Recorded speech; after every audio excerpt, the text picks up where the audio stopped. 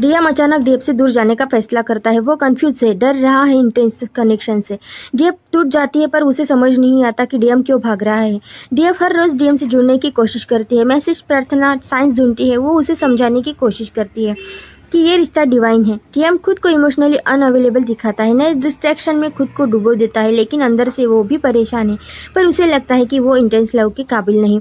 Chaser DF अब खुद की हीलिंग पर ध्यान देती है। वो मेडिटेशन सीखती है और अपनी आत्मा की शक्ति को पहचानती है। वो डीएम को छोड़ती नहीं, बस उससे खुद से जुड़ती है। अब उसने खुद में उसे ढूंढ लिया। जिसे वो बाहर खोज रही थी वो तो उसकी आत्मा में ही बसा था। डीएम को नाइटमार्क्स आने लगते हैं, डीएम के बारे में विजन्स दिखते हैं। वो रेस्टलेस रहता है, यूनिवर्स उसे साइन दिखाने लगता है। 1111 एंजल नंबर, डीएफ का नाम, उसके पसंदीदा सॉन्ग हर जगह। दोनों बिना बात किए एक दूसरे की फीलिंग महसूस करने लगते। एक जब रोता है दूसरा भी उस दुखी हो जाता है। यह सोल लेवल का संवाद होता है।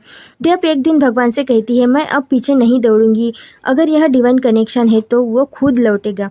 वह खुद को यूनिवर्स के हवाले कर देती है। डीएम का ईगो टूटने लगता है। वो अंदर से कमजोर महसूस करता है और सोचता है कि डीएम के बिना उसकी आत्मा अधूरी है। और वो मिरर में खुद से सवाल करता है। अब वो टूट चुका था। एक परिंदे का पंख उसके हाथ में गिरा, जैसे ब्रह्मांड कह रहा हो अब समय है लौटने का। डीएम को फाइनली एहसास होता है कि डीएम की दूरी बनाना ये उसकी सबसे बड़ी गलती थी और ये कनेक्शन बहुत गहरा हो जाता है।